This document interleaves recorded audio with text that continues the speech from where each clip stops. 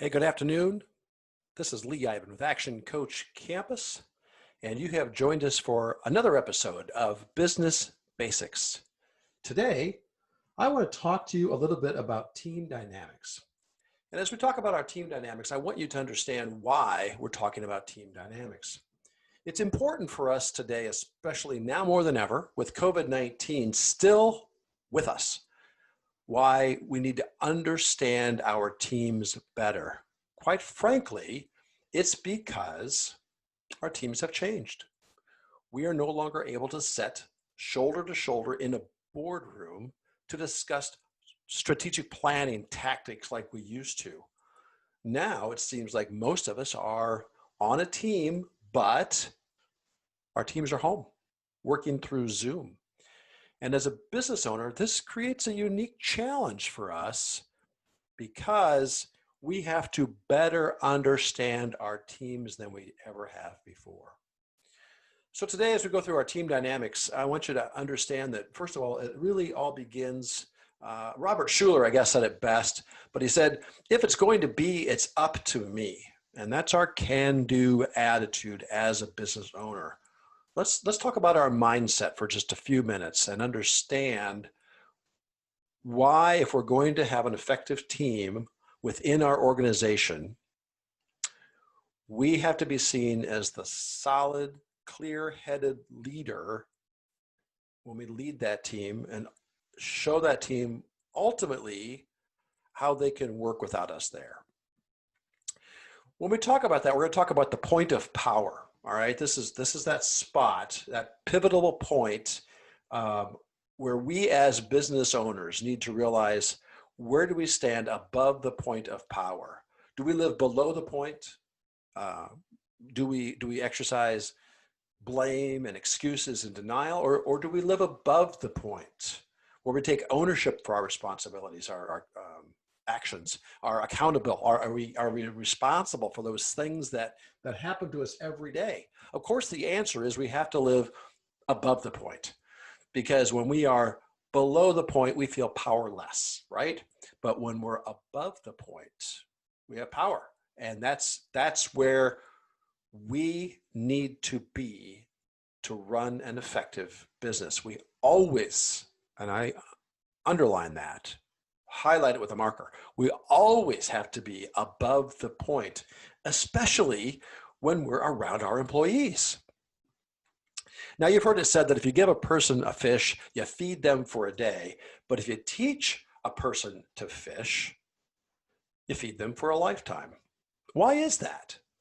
Because we want our teams to be effective. We want to teach them, train them, show them, demonstrate to them why it's so important that they can be effective on their own. Now, if you have kids at home, especially teenagers, one phrase that you hear all the time when you try to talk to them is, yeah, I know, yeah, I know. However, we want to get beyond that. You might hear some things yourself today and you're like, Lee, I know. I'd rather have you say, instead of I know, I'd rather have you respond to, in your head, isn't that interesting? The reason for that is because when we say I know, what immediately happens is we shut down. We get distracted, our brains go off someplace else. But if you would say instead, isn't that interesting? Then you want to hear more about what that person has to say.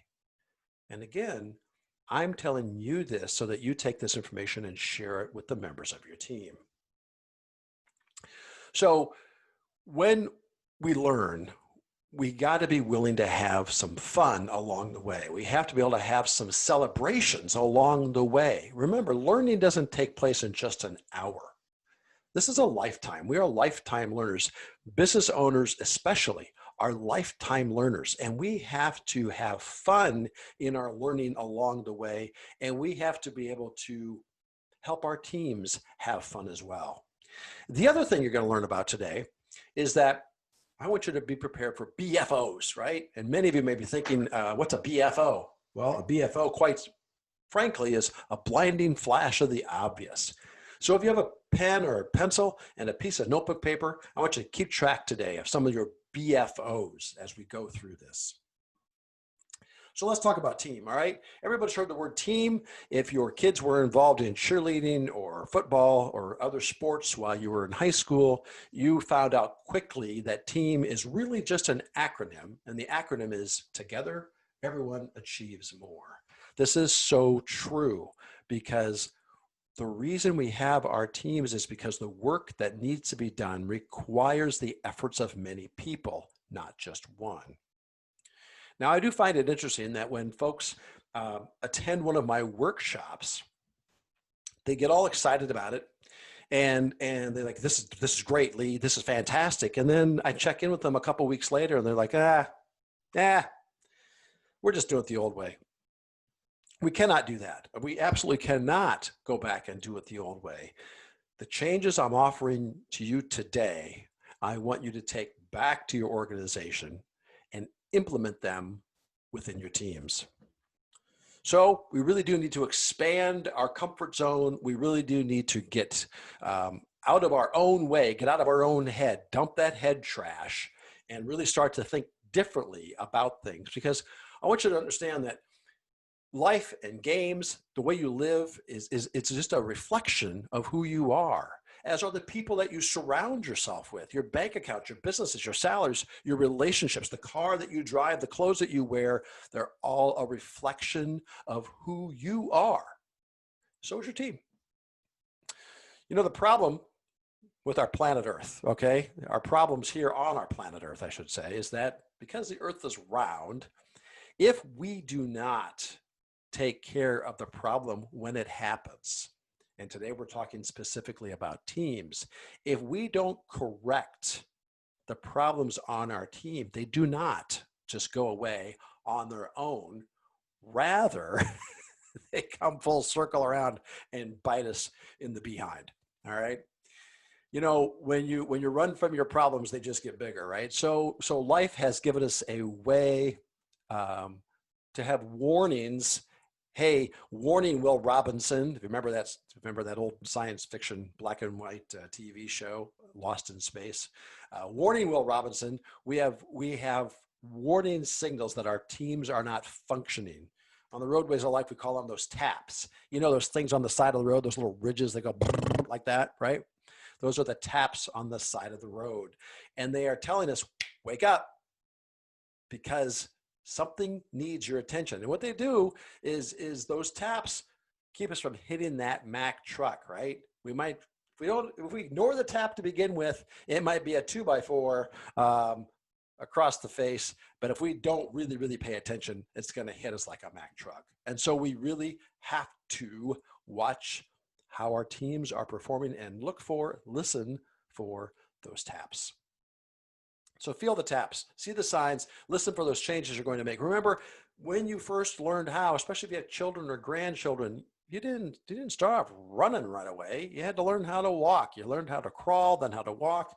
And many times we fell down, okay? The same is true for our life, for business, for sales, for marketing, whatever. We have to learn to walk before we can run. When you're ready to change, I want you to apply this formula. It's a simple formula. You might want to write this down. You do want to write this down. And the formula for change is quite simply D times V plus F has to be greater than R. What that means is that your dissatisfaction times your vision plus the first steps that you take, all of that has to be greater than your resistance. What does that mean? It means if you truly want to make a change with your team, your resistance cannot be greater. In other words, your comfort zone, they're fine. They'll get it through it. They don't need my attention.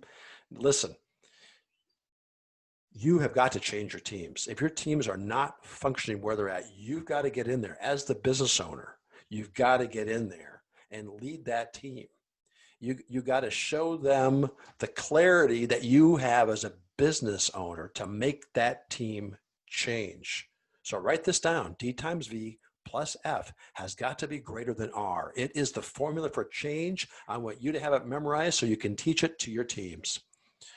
You know, with our identity iceberg, this is important to know because so many times our employees may look at us as business owners and they say, oh, wow, that guy, he's living in a nice house and he's driving this really cool car.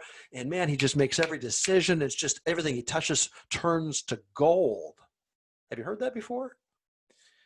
What they're commenting on is our results. But what they don't see is the work that we've put into our business.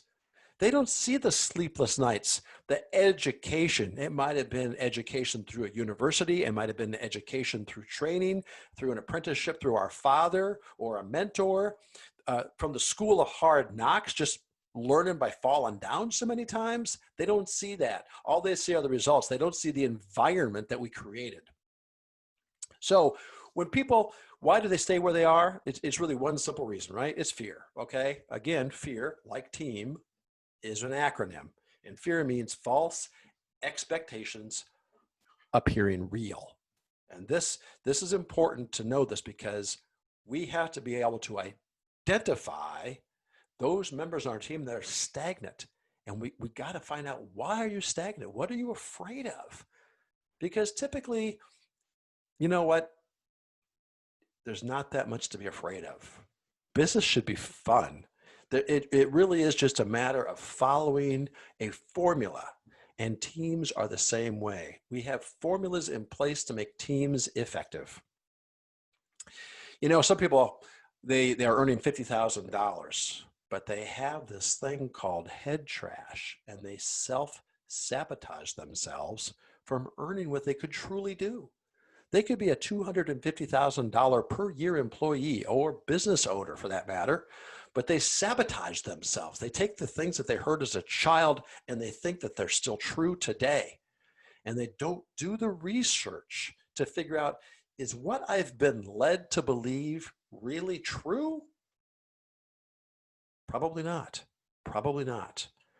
And so at Action Coach, we talk about business re-education. We are going to re-educate business owners and team members to dump that head trash and really live out to our fullest potential. You know, Jim Rohn, he had a great story. He said, how tall does a tree grow? As tall as it possibly can. How fast will the jaguar run? As fast as it possibly can. Humans are the only species on the planet that hold themselves back. Why? Why do we do that? I'm here to tell you, we shouldn't.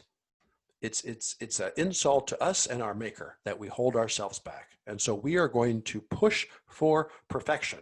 And I'm not saying for perfection for perfection's sake. I'm saying we are going to push forward. We're going to break barriers, and we are going to have high performance teams, because we as high performance business owners are going to run the best business possible. So the formula for life, for our success in life, is really quite simple. It's be times do equals have. In other words, someone tells me, Lee, I want to make $1 million. What I'm more concerned about is, what are you going to look like when you've made that $1 million? Because you're going to have to be somebody different than you are today. You're going to have to do different actions than you're doing today to get to that $1 million. And the funny thing is that once you've made that first million, the second, third, fourth, and fifth, they roll in a whole lot easier because you have changed. Your be has changed. Your actions, your do has changed.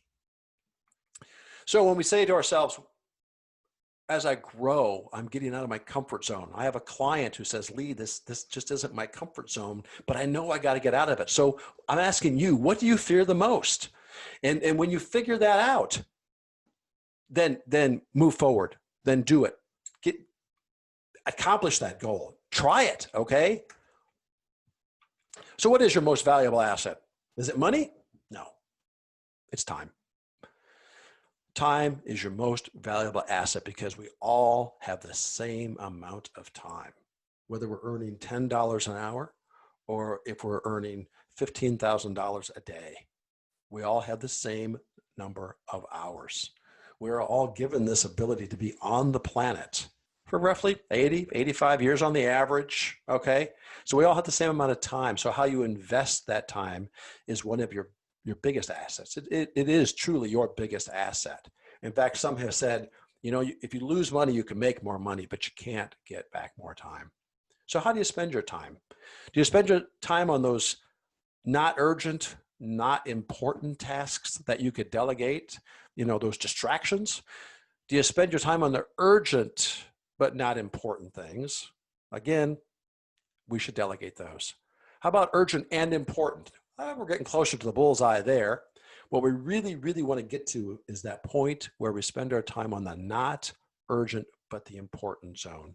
That's really where you're working on your business.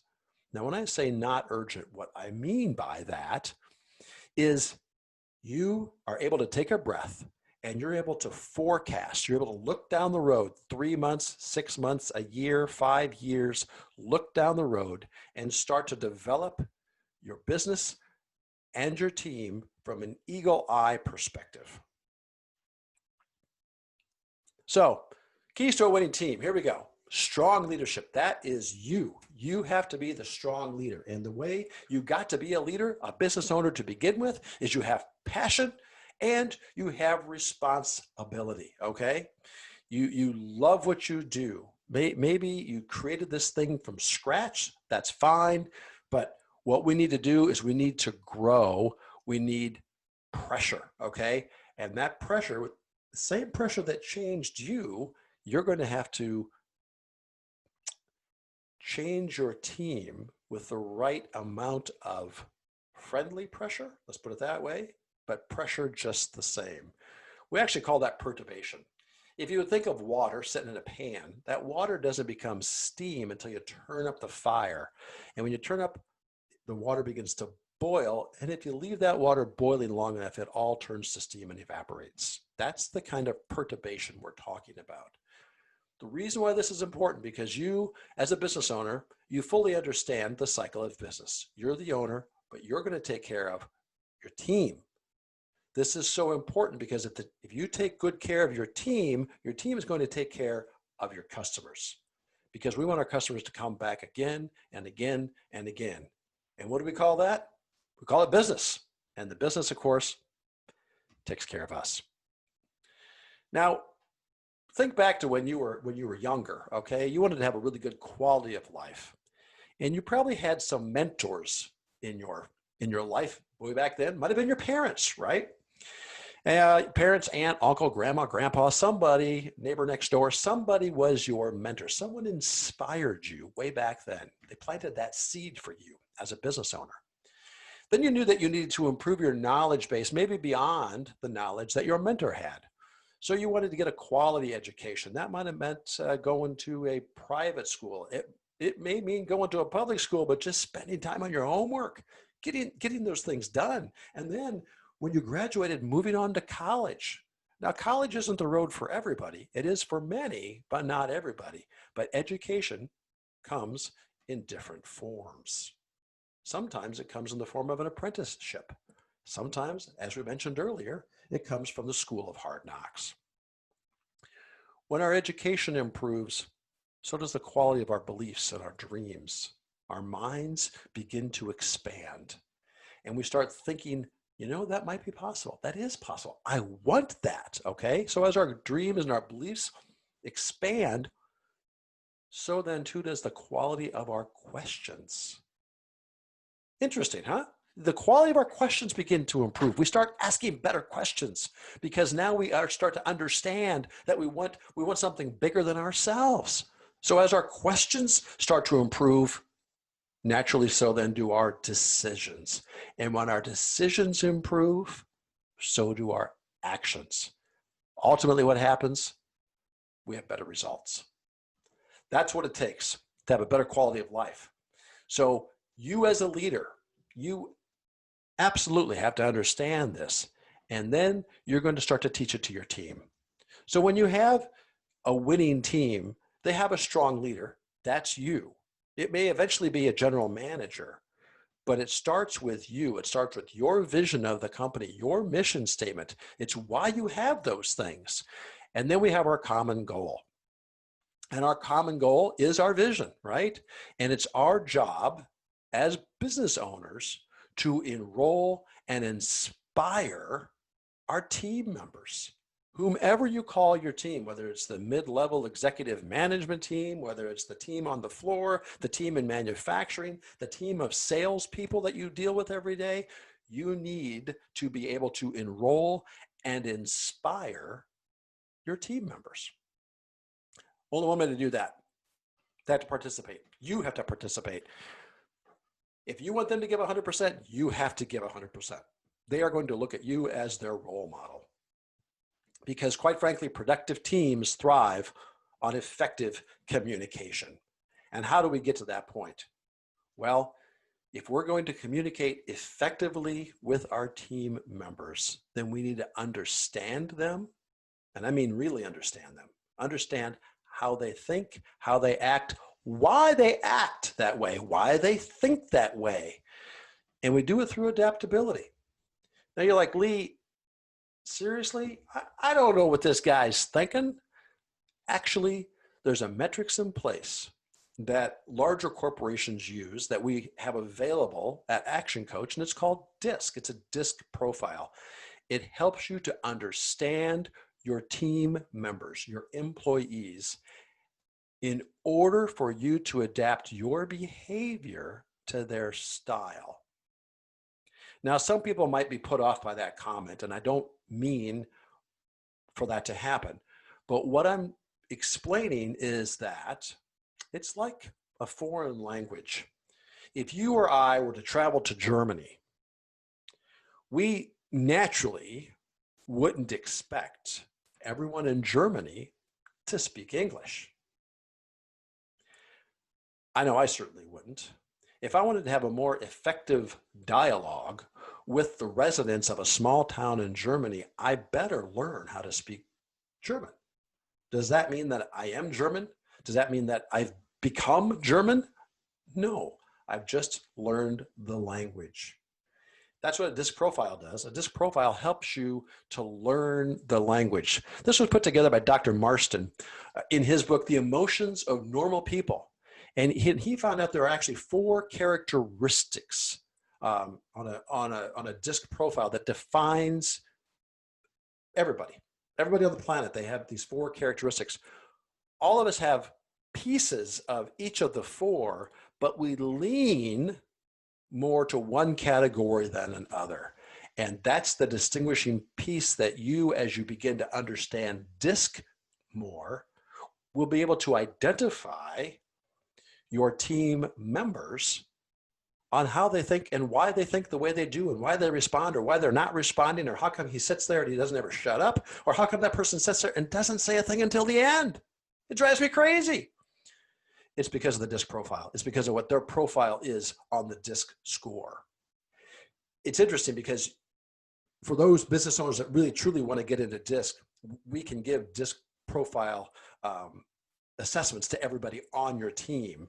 And we can go through a quick 2-hour workshop with everybody. So everybody on the team understands each other better. So what's the D style? D style is dominance, okay? That's the dominant style. These people are very quick to the point. That many business owners are a D style. They know what they want short answers, they want results, okay? They are task oriented, not so much people oriented. I'm sure you can all think of a few folks, maybe even in the political arena, who might be a high D, a DISC, right? I people, that's the influence category. They're enthusiastic, they're friendly, they're optimistic, they're very easy to get along with people. Ironically, it's a lot about them, okay? When you're speaking to an I person, make sure you include them, okay? Because they like to talk about themselves. Now the S's are also people, but they're more reserved. They don't want to shake up the apple cart. They're going to follow the rules, okay? When you have an S person in your team, they're going to be the person sitting around and wants to make sure that everybody around the table has had a chance to speak before we reach a conclusion. Your D is going to say, let's call for a vote, okay? Your S's are going to be like, oh, no, wait a minute. Let's. Tom, do you feel that way? How do you feel, Tom? You've been kind of quiet. And Sherry, what are you thinking? The S's want to include everybody. Now your C's are very compliance, non-people people, okay? Their biggest fear is being wrong, and especially being wrong in front of a group. They're very quiet. They keep to themselves. The thing that's most important for them is to be right. And the way that they can be right is they double check, triple check everything. Your NASA engineers would be a good example, okay, of a C-type person. So how does a D measure their personal value? By the results that they get, okay? I's, they measure by the applause that they get. S's are by the attention. They want the attention within the group, okay? And C's, they want to have productive activity. Let's pick out another one here. When you're talking to a D, you want to support their conclusions and their actions, all right? When you're talking to an I, talk about their dreams, talk about their intuitions. S's are all about the relationship. They're about feelings, emotions, okay? That's the S's. And the C's are principles and thinking. They want to think things through, all right? I'm sure as we're going through this, you can think of members on your team already who are starting to drop into these categories. But when you understand why this is important, your communication style begins to improve, okay? You can start to talk to them better because you know what their triggers are. A book, by the way, by Marshall Goldsmith. You know what their triggers are, and when you trip that trigger, now they're listening to you. We're going to talk real quick about strong leadership, common goals. Now we're on to number 3, rules of the game. If you're just joining us here on Business Basics, my name is Lee Iben. I'm with ActionCOACH Campus, and we're talking about team dynamics. And our third rule is rules of the game, all right? Now you're going to find that you're going to set new rules. When you take this information back to your business, you're going to set new rules. You're going to demand more from your team because you understand them better. Don't be surprised that as you raise your standards, some of the people won't want to come along with you. This is not unusual, okay? You kind of put them into a little bit of a tailspin. So you have to ask yourself, what do you have right now at your business? Do you have a loose culture or a tight culture? Is it rigid, like a football field, or is it kind of loosey-goosey like, a card game, okay? Probably the more you get into your teams, the more it's a balancing act. I'll be honest with you. You want to have tight rules. You want to stick to the topics at hand, but you want to treat people appropriately based upon their DISC personality profile. By doing so, you'll know where to plug them in, okay? If there's a lot of research to be done, you want to get some C's on your team, okay? They don't necessarily want to sit in a committee for an hour, but they'll gladly take the information that you gave, take it back to their desk, take it back to their work environment, and just test it and measure it and retest it and remeasure it and make sure they're coming back to you with the right answer, okay? If you're just daydreaming and talking about what could be, okay, ideas, those are your eyes. They're gonna get involved with you. They're gonna help you out, okay? So understand what kind of culture you're trying to create within the dynamic of your team. Then you have to have an action plan, okay? And that action plan, it involves who does what by when, okay? And on your action plan, the way you make that happen is you put together positional contracts, you have system manuals in place, and the rest of your plan falls into place. But you have to have those things in. What that does, those systems set up our expectations of what needs to happen by whom and by what time. The fifth thing you want to do is have an environment where you support risk-taking. So true. So true. Think back on your own life. Think back on the times when you had that aha moment. It was usually after a breakthrough, okay? You have a breakdown, break apart, break with, break up, whatever you want to call it. That breakthrough happens after that. It's like, oh, why didn't I think of that before? Well, it's usually after the equipment breaks down. It's usually after the team did not perform the way you thought they were going to. Something just didn't work. And you have this, you're just like, gosh, what is it? And you have this breakthrough. And you go, that's why. Of course, someone in your team says, That's why it didn't work. All right.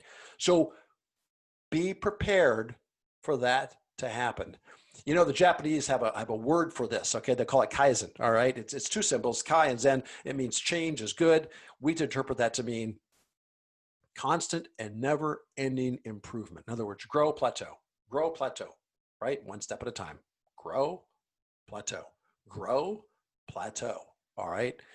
Kaizen, keep that in mind. We are striving for a constant and never ending improvement. Rule number 6, 100% involvement and inclusion. That has to happen.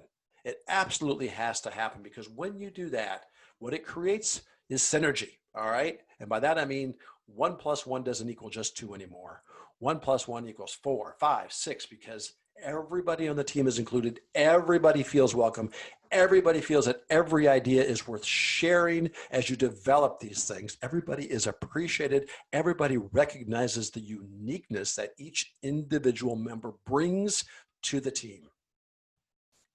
And then we lock it in with a ritual. And I love this thing. Many businesses don't do this, but I want to share this with you. This is so important for your teams, okay? For a small business, 5, 6, 7 employees, you might want to perform this ritual in the morning. Some people like to do it at the end of the day. Mornings are usually better because we all seem to start at the same time.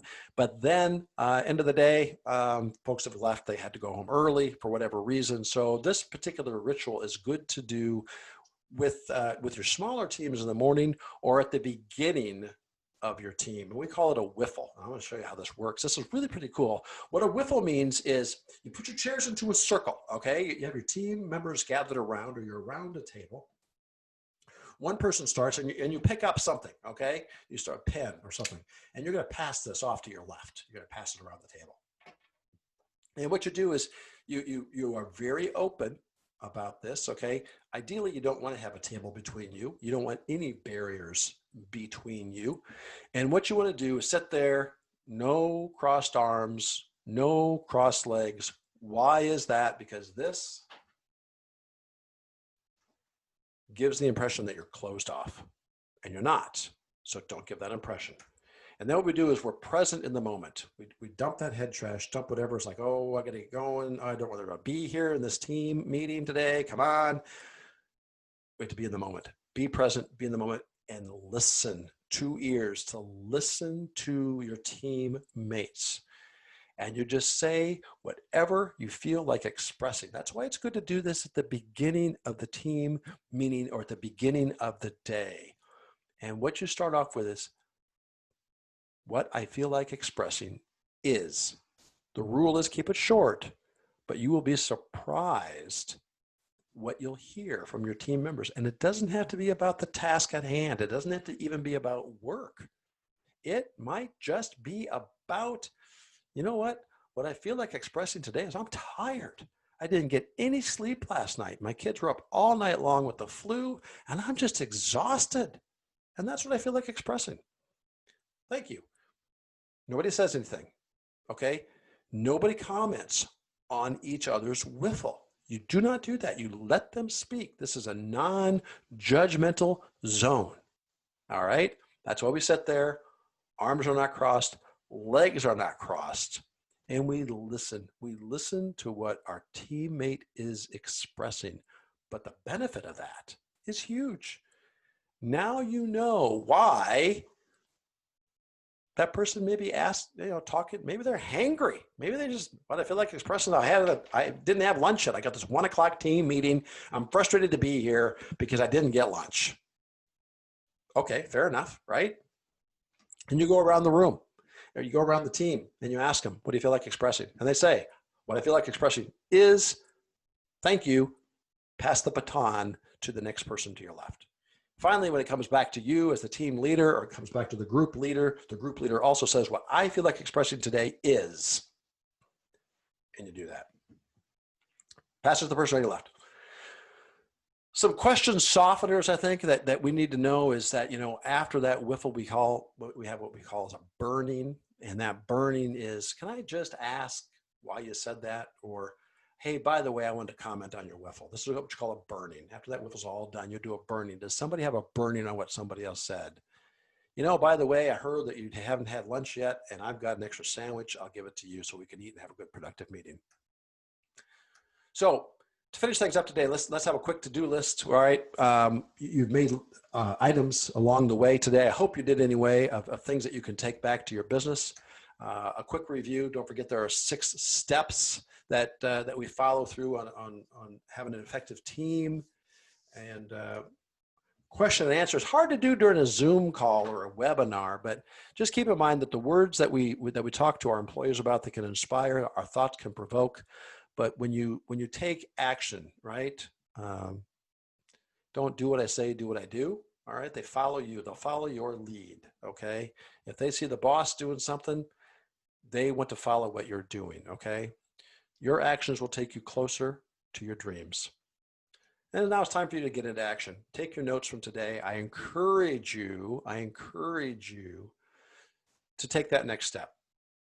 If you have any questions about what we discussed today, about improving your team, about just what the heck is this DISC profile assessment thing and how do I get my hands on one, you want more information about business development or just general questions, reach out to me. My name is on the screen here, Lee Iben at ActionCOACH.com. My phone number is there as well, and we're going to get back to it. Here we go. But please do reach out to us. We're here to help you out. Our only goal at Action Coach Campus is to help businesses become better, to help business owners to become better business owners. Hey, thank you all for watching us today. I really do appreciate it, and have a great day. This has been Business Basics with Lee Iben with Action Coach Campus, and our topic today was team dynamics. Have a great day.